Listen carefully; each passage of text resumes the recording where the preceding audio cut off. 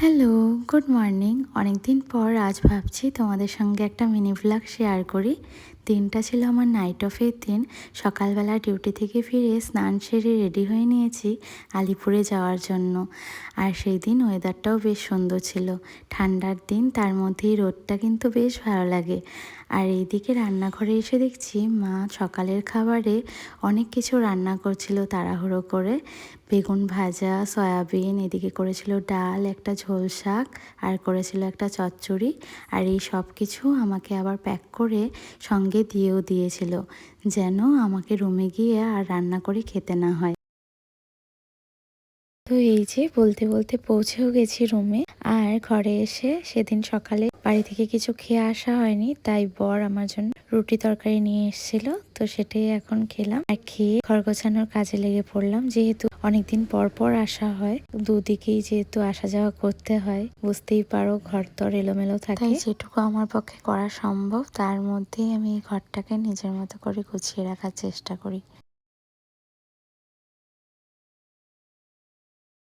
ঘর গোছানোর সময় আমার প্রচণ্ড অস্বস্তি বোধ হচ্ছিল, কারণ এই রোদের মধ্যে এলাম আর মুখও ধুইনি, শুধু হাত পা ধুয়েছিলাম। তো এখন একটু মুখ ধুয়ে এখন একটু স্কিন কেয়ারটা করে নিচ্ছি। আর স্কিন কেয়ার বলতে আমি তেমন কিছুই করি না, শুধু একটু টোনার আর সিরাম, একটু ময়শ্চারাইজার, এই আর কি।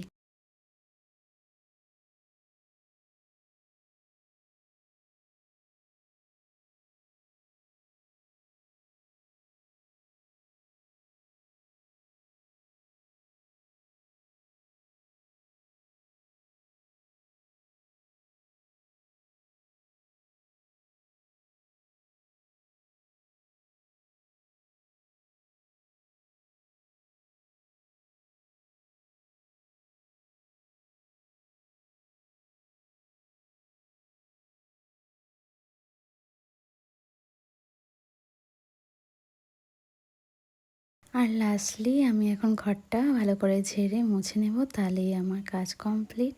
এরপর বর এলে একসঙ্গে দুজনে দুপুরের খাবার খাবো।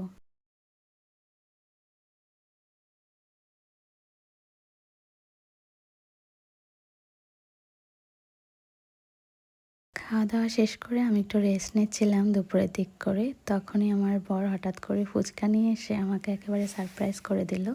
কারণ ফুচকা খেতে কার না ভালো লাগে বলো। আর এই ফুচকা কাকু এত ভালো ফুচকা বানায় কি বলবো। আমরা যে রুমে থাকি সেই রুমের পাশেই ফুচকা নিয়ে বসে। তো যখনই আসি একদিনের জন্য হলেও এই কাকুর কাছ থেকে ফুচকা না খেলে মনই ভরে না।